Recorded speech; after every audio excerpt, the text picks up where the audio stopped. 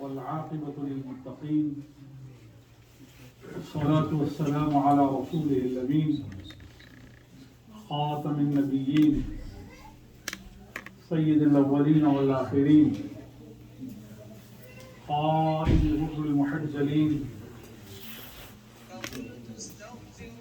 سيدنا ومولانا محمد رسول رب العالمين وعلى آله الطيبين الطاهرين وأصحابه الكاملين العارفين وعلينا معهم أجمعين. أما بعد فأعوذ بالله من الشيطان الرجيم. بسم الله الرحمن الرحيم. إن الله وملائكته يصلون على النبي يا أيها الذين آمنوا صلوا عليه وسلموا تسليما. اللهم صل وسلم على سيدنا حبيبنا مولانا محمد وعلى آل سيدنا حبيبنا مولانا محمد وبارك وسلم بعدد كل ذرة 100,000 مرة. کس ٹاپک پہ آپ چاہیں گے گفتگو کروں؟ جی فیضان غوث اعظم رضی اللہ تعالیٰ. بسم اللہ الرحمن الرحیم. اللہ ولی الذین آمنوا یخرجهم من الظلمات الى النور. صدق اللہ و صدق رسولہ. حضرات علماء کرام، عوام اہل سنت و جماعت، آج یہاں شکاگو میں مسجد حمیدیہ میں اس نورانی نشست کا خوبصورت اہتمام اس غرض کے ساتھ کیا گیا کہ ہم سیدنا غوث اعظم محبوب سبحانی، شہباز لامکانی، قندیل نورانی، ہیکل ربانی، مرشد حقانی، مرد نورانی، سلسلہ سلطانی، محبت انوار و تجلیات یزدانی، شیخ کل، شیخ الانس والجن،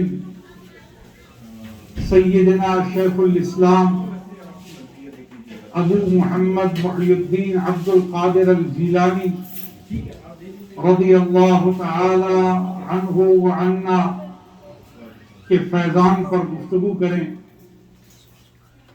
قرآن کریم میں اللہ تعالیٰ نے ارشاد فرمایا ہے سورہ بقرہ میں، اللہ ولی الذین آمنوا یخرجهم من الظلمات الى النور.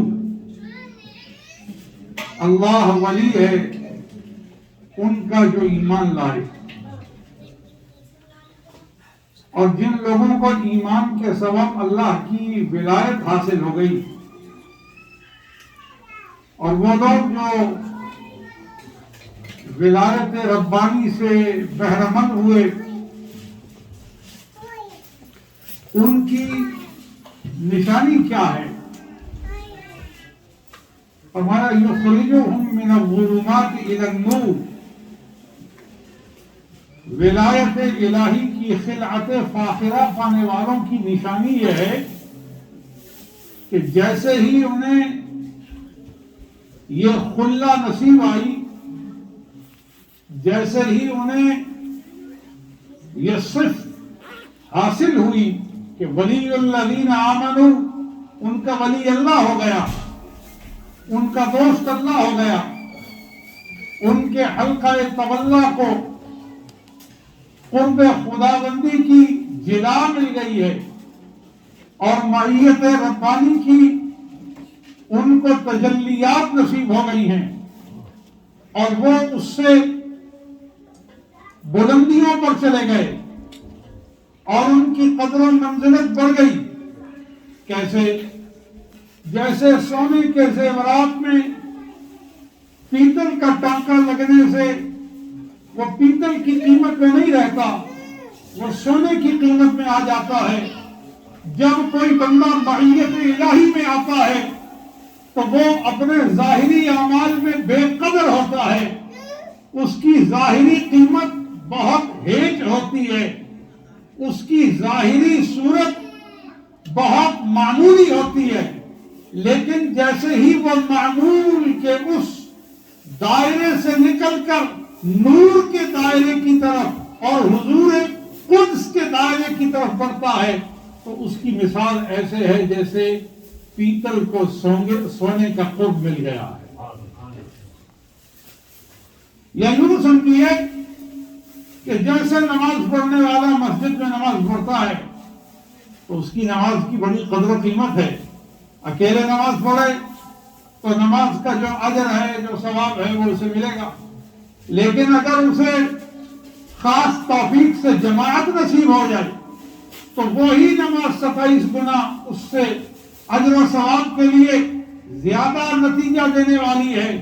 لیکن اگر وقت کا ستارہ اور بلند ہو اور اسے مسجد نبوی مل جائے، حضرت محمدی سے وہ بہرمند ہو جائے، نماز تو وہی ہے، رکعت بھی وہی ہے، وظیفہ بھی وہی ہے، اس نے ثنا پڑھنی ہے، اس نے تعوذ پڑھنا ہے، اس نے تسمیہ پڑھنا ہے، اس نے فاتحہ پڑھنی ہے، اس نے سورت پڑھنی ہے، رکوع میں جانا ہے، وہی تسبیحات ہیں۔ ایک دفعہ تسبیح پڑھنا فرض ہے، دوسری دفعہ پڑھنا واجب ہے، تیسری دفعہ پڑھنا سنت ہے، 3 تسبیحات وہ بھی اتنی ہیں۔ پھر اس کے بعد اس نے تسمیح اور تحمید کہنا ہے، یعنی سمع اللہ لمن حمدہ ربنا لک الحمد، اور پھر اس کے بعد اس نے سجدہ کرنا ہے، سجدے کی بھی 3 تسبیحات ہیں اسی ترتیب اور حکم کے ساتھ جو میں نے بیان کی ہیں۔ اور نماز ادا کرنے کے 15 اندرونی فرائض کا اہتمام کرتے ہوئے، نماز ادا کرتے ہوئے کل 15 فرائض کا اہتمام کرتے ہوئے، کیونکہ 15 فرائض کی ترتیب 7 نماز کے اندر ہیں، 8 نماز سے باہر ہیں، ان 15 فرائض کی ترتیب کا اہتمام کرتے ہوئے جس نے نماز کو ادا کیا، بعض لوگ یہ 15 فرائض کا سن کر میری طرف حیرت سے دیکھ رہے ہیں، and stand to me کہ پیر صاحب 15 فرائض کہہ رہے ہیں تو 15 کون سے؟ بھائی یہ آپ کو پڑھنا پڑے گا۔ یہ خلاصہ قیدانی کی بات میں کر رہا ہوں، سلیبس کی بات کر رہا ہوں، تو کوئی یہ کہیں گے ہاں یہ ہمارے یزدانی صاحب کہہ رہے ہیں کہ کتاب میں ہے، تو دیکھیے انہوں نے پڑھا ہوا ہے اور لکھا ہوا ہے، تو جس آدمی نے پڑھا اسے حیرت نہیں ہوئی، اس نے ریفر کر دیا کہ کتاب میں موجود ہے۔ تو ہر نماز کے 15 فرائض ہیں، جب تک آپ ان کا اہتمام نہیں کریں گے آپ کی نماز قائم ہی نہیں ہوگی۔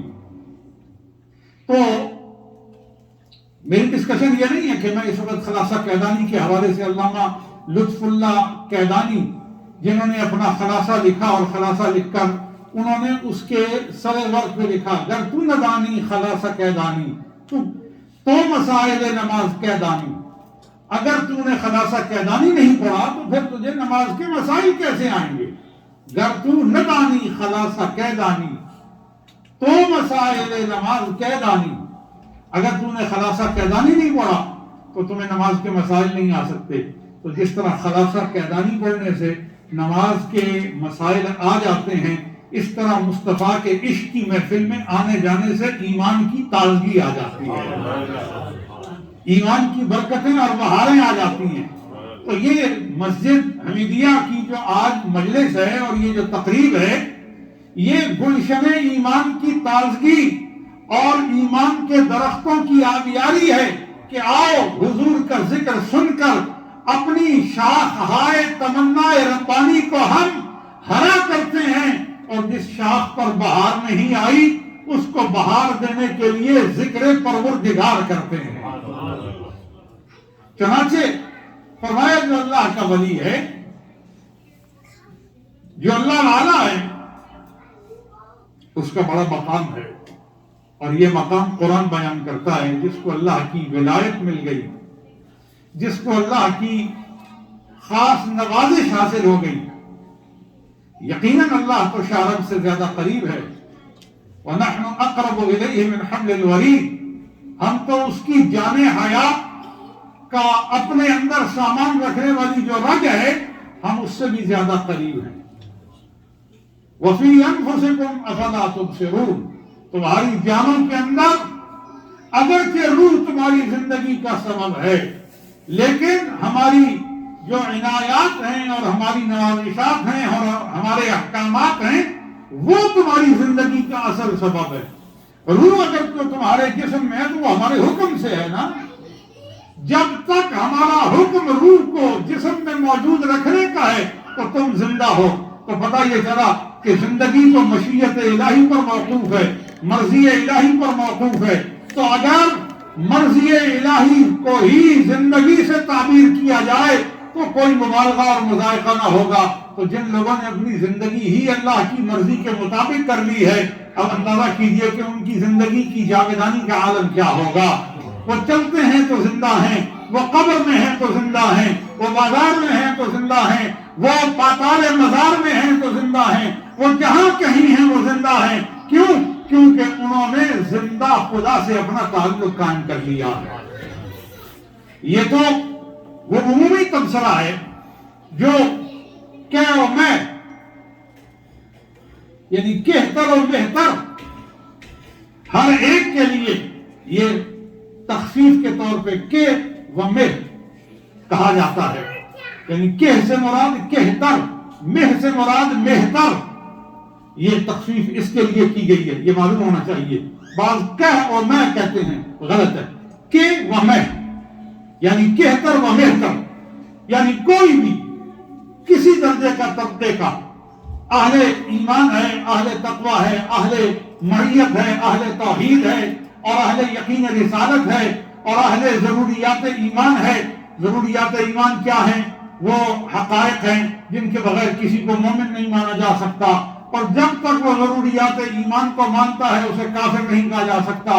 اللہ پر جس کا ایمان ہو، ملائکہ پر جس کا ایمان ہو، کتب پر جس کا ایمان ہو، رسولوں پر جس کا ایمان ہو اور روز آخر پر جس کا ایمان ہو، تقدیر کے خیر و شر کے ساتھ اللہ کی طرف سے مقرر ہونے کا جس کا ایمان ہو اور قیامت کو اٹھنے کا جس کا اعتقاد ہو، وہ شخص جو ہے وہ کبھی کافر نہیں ہو سکتا جب تک وہ ان حقائق میں یقین رکھتا ہے۔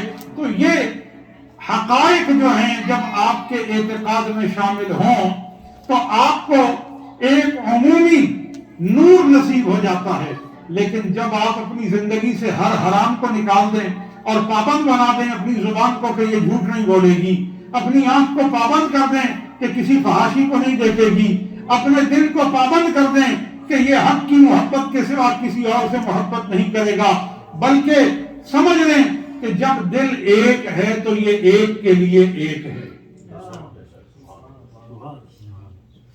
دل ایک ہے تو یہ ایک کے لیے، زبان ایک ہے تو یہ ایک کے لیے ایک ہے۔ لیکن آج کا دور بھی کچھ عجیب دور ہے۔ آج کل لوگوں نے ایک زبان کے نیچے کئی زبانیں رکھی ہوئی ہیں، وہ اس ایک زبان کو تو استعمال نہیں کرتے، مصنوعی زبانوں کو ہلاتے ہیں، کبھی اس سے جھوٹ بولتے ہیں، کبھی اس سے دھوکہ دیتے ہیں، کبھی اس سے کفر کرتے ہیں، کبھی اس سے فساد کرتے ہیں، کبھی اس سے نفاق کی صورتیں پیدا کرتے ہیں، کبھی اس سے شیطان کو خوش کرتے ہیں، کبھی اس سے نفس کو خوش کرتے ہیں۔ لیکن کاش کسی کو وہ زبان استعمال کرنا آ جائے جس سے خدا خوش ہوتا ہے۔ وہ زبان ذکر ہے، وہ زبان شکر ہے، وہ زبان تلاوت ہے، وہ زبان علم حدیث ہے، وہ زبان فقہ ہے، وہ زبان نور ہے، وہ زبان سرور مناجات ہے، وہ زبان سحور لیالی ہے۔ من طلب العلا سحر اللیالی، جو بلندیوں کو چاہتا ہے وہ رات کو اپنے پہلو کو بستر کے ساتھ نہ رکھے، وہ رات اپنی جبین کو مصلے پر ٹیک کے رکھے۔ جو رات اپنی جبین مصلے پر ٹیکتا ہے پھر اس کا دل عرش الہی کے سامنے جا کے ٹکتا ہے۔ تو لہذا یہ تو عموماً طالبین تقویٰ کی بات ہے۔ رہی فیضان غوثیہ کی، جو لوگ تقویٰ طلب کرتے ہیں، جو لوگ معیت الہی کی تلاش میں نکلتے ہیں، جو لوگ اپنے جسم کو پاک کرتے ہیں، جو لوگ اپنے کانوں کو پاک کرتے ہیں، جو لوگ اپنی آنکھوں کو ستھرا رکھتے ہیں، جو لوگ اپنی تنہائیوں کو خوف خدا اور محبت خدا سے مالا مال اور نورانی